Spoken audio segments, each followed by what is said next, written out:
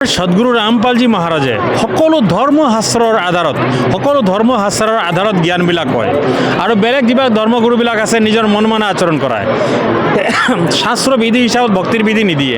গীতাৰ 17 অধ্যায় 23 নম্বৰ শ্লোকত লেখা আছে ওম তৎসৎ ইতি নিৰ্দেশ ব্ৰহ্মণ্যে তিন বিধি সমৰ্পিতে। এই তিন বিধিত ভক্তি পালেহে আমাৰ পৰম গতিৰ ৰাস্তা হ'ব। আমাৰ সদ্গুৰু ৰামপালজী মহাৰাজে এই বিধিৰ ভক্তিৰ বিধি দিয়ে। সেইকাৰণে কৈছোঁ আমাৰ সদ্গুৰুৰ ওচৰত শাস্ত্ৰ অনুকূল ভক্তিৰ বিধি আছে। ইয়াত যোনে ভক্তি পাব, ভক্তি পোৱা মাত্ৰই সমাজ সুধাৰৰ কাৰণে নাশা মুক্তি সমাজ, দেহেজ মুক্তি সমাজ।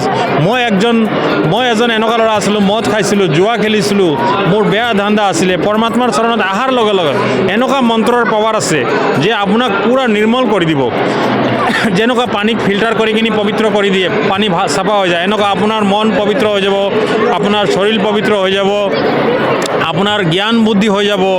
সদ্গুৰু ৰামপালজী মহাৰাজে সমাজ সুধাৰৰ কাৰণে এনেকুৱা মুহিম চলাইছে আৰু এনেকুৱা ব্যৱস্থা সমাজত আহিব লাগে। আৰু সকলো আমাৰ অসমবাসী ৰাইজত মই এইটো ক'ব বিচাৰিছিলোঁ, সদ্গুৰু ৰামপালজী মহাৰাজৰ চৰণত আহক, আহি কিনি আপুনি জ্ঞানটো বুজক। প্ৰথমত আপুনি জ্ঞান গংগা কিতাপখন পঢ়িলেই আপুনি গম পাব যে সদ্গুৰু ৰামপালজী মহাৰাজে এনেকুৱা অনমোল জ্ঞান, সকলো শাস্ত্ৰৰ প্ৰমাণিত পূৰা এভিডেঞ্চ দি কিনি ভক্তিৰ বিধি দিয়ে। আপোনাৰ এই জ্ঞানটো আপোনালোকে একচেপ্ট কৰক। বিনম্ৰ অনুৰোধ কৰিছোঁ সকলো ৰাইজক, এই জ্ঞান একচেপ্ট কৰক। আপোনাৰ ঘৰ সংসাৰৰ মংগল হ'ব, আপোনাৰ 101 পিঢ়ি পৰ্যন্ত পৰমাত্মা পাৰ কৰিব। শাস্ত্ৰ প্ৰমাণিত ভক্তিৰ বিধি ইয়াত আছে সচ্চাই।